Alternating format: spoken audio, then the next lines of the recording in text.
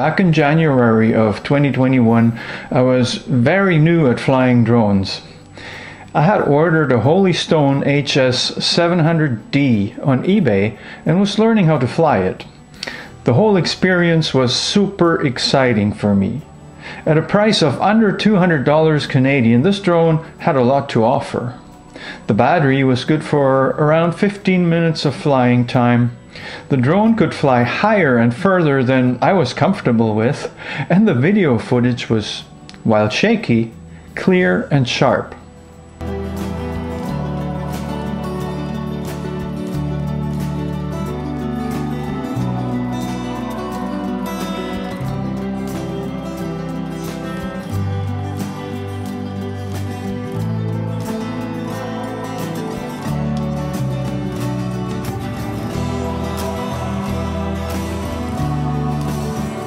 After having been to the Fort Edmonton footbridge with Barbara for walks and looking at the frozen river with uniquely textured ice, an idea was shaping up in my head. I wanted to capture some footage of this ice flying at low altitude. Hey, I am George Schlacek, the one and only, and a YouTuber. Flying at low altitude is a bit like riding a bicycle. Well, the perspective you get is, of course, a bicycle can't go on rough ice. One of my oldest recurring dreams is about flying on a bike-like contraption, low above the ground and being able to take it anywhere. The drone was making it possible, at least in video form. It was my third time flying when I took the drone to that part of the river. I went early in the morning to make sure there weren't many people around. It was around minus 10 degrees and the bike ride from my house was about 20 kilometers. When flying the drone, I found that it was difficult to control at low altitude. The wind was affecting it and the cold probably too. By the time I had the hang of flying it the way I wanted, for just a few hundred feet, the low battery warning had come on. But the perfect shot would only take a few more seconds, so I decided to go for it one last time. Immediately after, I took the drone back to the shore and landed it safely.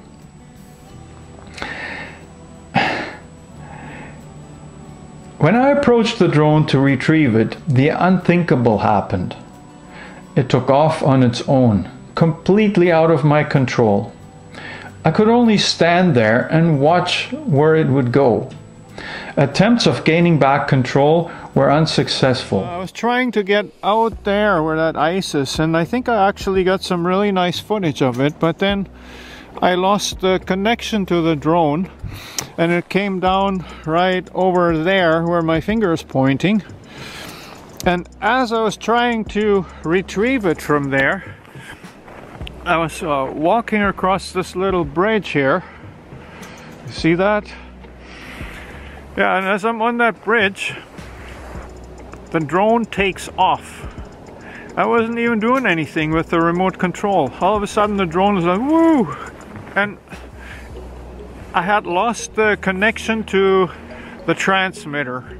So I don't know how this is possible, and I don't know how it is possible that this drone, instead of coming back to where it took off, like according to the specs and the instructions and everything it's supposed to do, it just takes off. And well, I've been trying to get back the control of it. It was way over there by that bridge. Then it made a whole big loop, and right now where my camera is pointing, but it's on the other side of the river. Somewhere there is my drone, and it's out of power now. And the problem is it could be just about anywhere. So I gotta take my bike, hop on there, and if I get really lucky, then I'll find my drone. As an aspiring YouTuber, I shared the experience on YouTube, leaving links to my video on Facebook, Twitter, and even Reddit. If anyone would come across my drone, perhaps there was a chance they'd know how to find me. Well, That finally worked last week, when I received a message from a Facebook friend, Trevor. What was this drone I had lost? A holy stone? As it turned out, someone had found one on a roof in the rough area where mine had disappeared. That somebody was a professional window washer and fellow YouTuber who was also friends with my friend Shane, who volunteers at the same bike shop as me. Long story short, I got the drone back. It looked surprisingly good for having spent most of winter and spring out in the elements on some rooftop. The big question is, would it still work? As you can see from the footage at the beginning of the video, the memory card was intact. Well, let me show you what happened the other day. Good morning. Here we are. Here I am in the morning in the river valley near Rundle Park in Edmonton. I have decided to go on a mission this morning. I have retrieved a drone that I lost over 6 months ago in the river valley, the other side of town, near Fort Edmonton Park.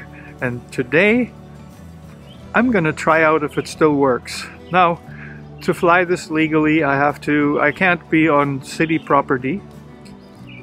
There's a bylaw prohibiting me from flying the drone on city property. And I didn't want to go too far away from the house, so I selected this island here. Like, let me turn around the camera. This island over there. Can you see that there? Yeah, there's a beautiful island here. I'm totally legal to fly that, and by the way, my drone is fully registered and I am a licensed drone pilot. But I have to get across there. That's gonna be fun.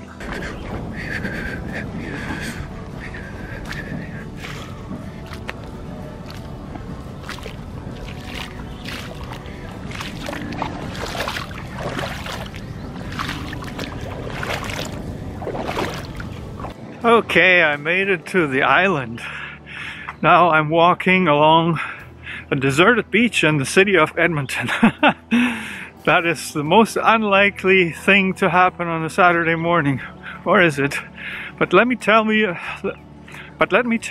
a bit about the story that brought me here. Just about 6 months ago, I had my first drone. I really enjoyed flying it. I was just I was just figuring out how to operate it,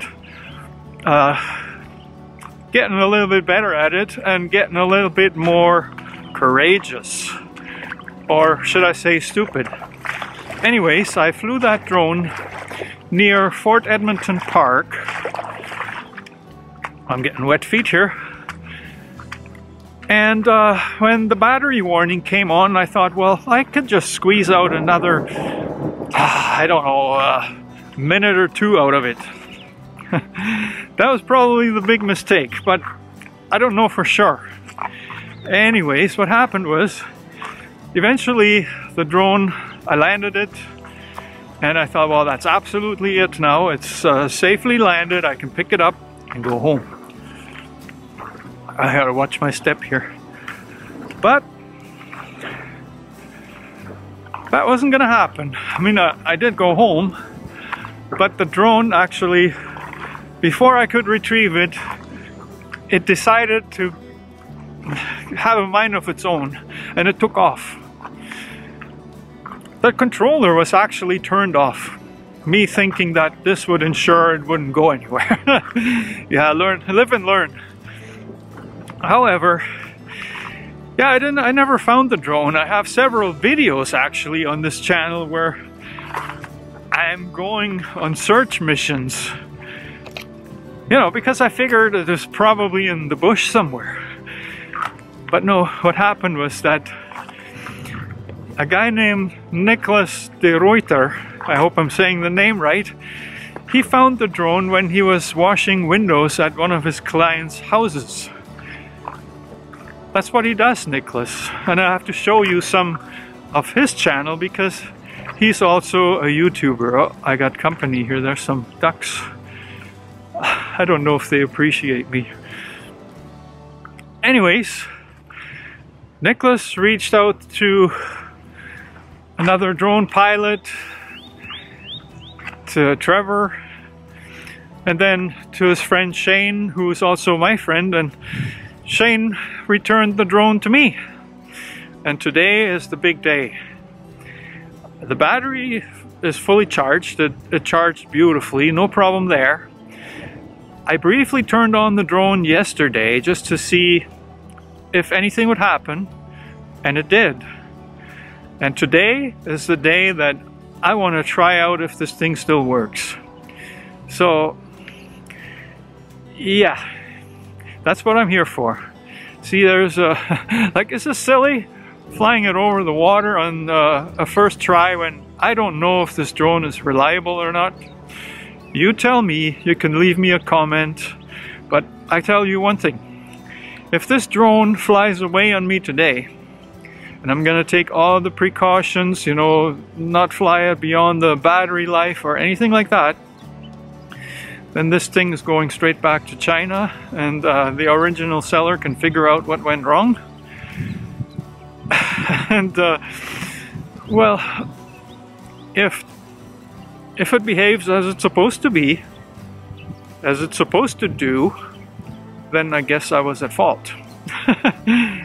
Good chance that is the case, but anyways, let's see what happens. I'm operating in a field of goose poop. This is the drone. I had to take off the landing gear and the propellers to get it here, and now I'm going to put all that back.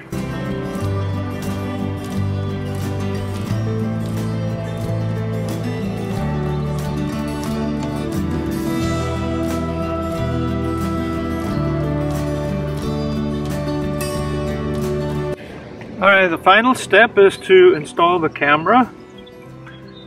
Memory card's already in, so we're gonna have some footage of today if everything goes as it should. Yeah, there's a lock. There's a lock you have to turn. I don't know if you can see this. There, now the camera is locked into place. Plug it in. The drone is good to go. What you see here is the procedure required for the drone to calibrate the GPS.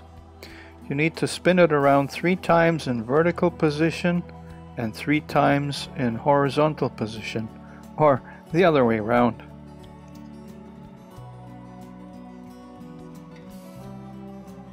The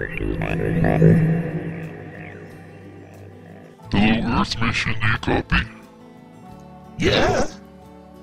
Well, remember the guy from 6 months ago? We took his drone. I thought you hit it really good. Guess what? He's trying to fly this thing. How do you get it back?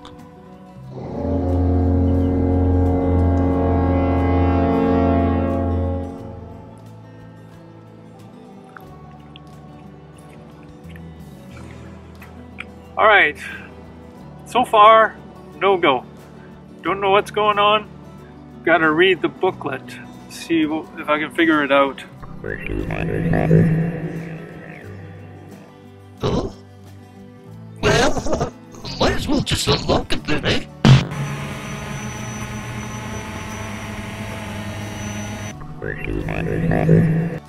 Yay!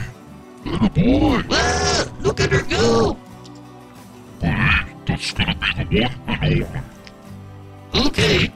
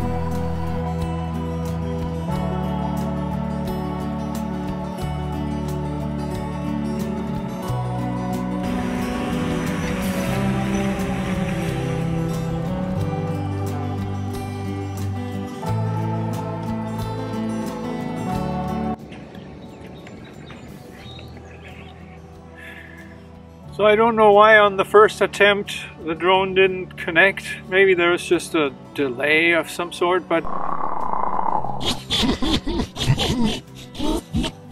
I'm absolutely stunned. I'm totally impressed. I mean, this thing, it flew for a long time. Trust me on that, I didn't time it. I'll be able to see that by how long the video actually is, or you know, how many segments of the video there are in minutes, because I was basically recording the whole time. So I'm kind of impressed. It flew for a long time. It's a powerhouse, and I'm so glad I got this back. This is incredible. So Nicholas, if you're watching this, thank you so much. And Shane, same thing. I'm so grateful. And Nicholas, I would love to get together sometime and perhaps take some footage of you at your work. You can use that for your channel, and well, I'll give it to you. But I'd also appreciate if we could perhaps make a video together like that. Nicholas told me he didn't have too many videos up on his channel and how he felt that he wasn't fluent in video. I watched his window cleaning video. Let me explain. Nicholas specializes in cleaning windows on high-rise buildings. He's got the guts to hang off these buildings day after day, supported by a couple of ropes, doing a job he enjoys. You can find his video here. I was truly impressed not only by what he does, but also the quality of his video. Go check it out for yourself and subscribe to him on my behalf. Yeah, okay, here we go again, the subscriber thing. You probably know that we need at least 1,000 to get into the YouTube partner program. That's why I keep asking you guys to click that subscribe button. Thanks for doing that, and while you're at it, show YouTube you enjoyed this video and smash the like button too. The two videos on the screen right now show you more about my experience with this drone. Please be advised that you need a license and registration in Canada to fly any drone over 249 grams. See you next time.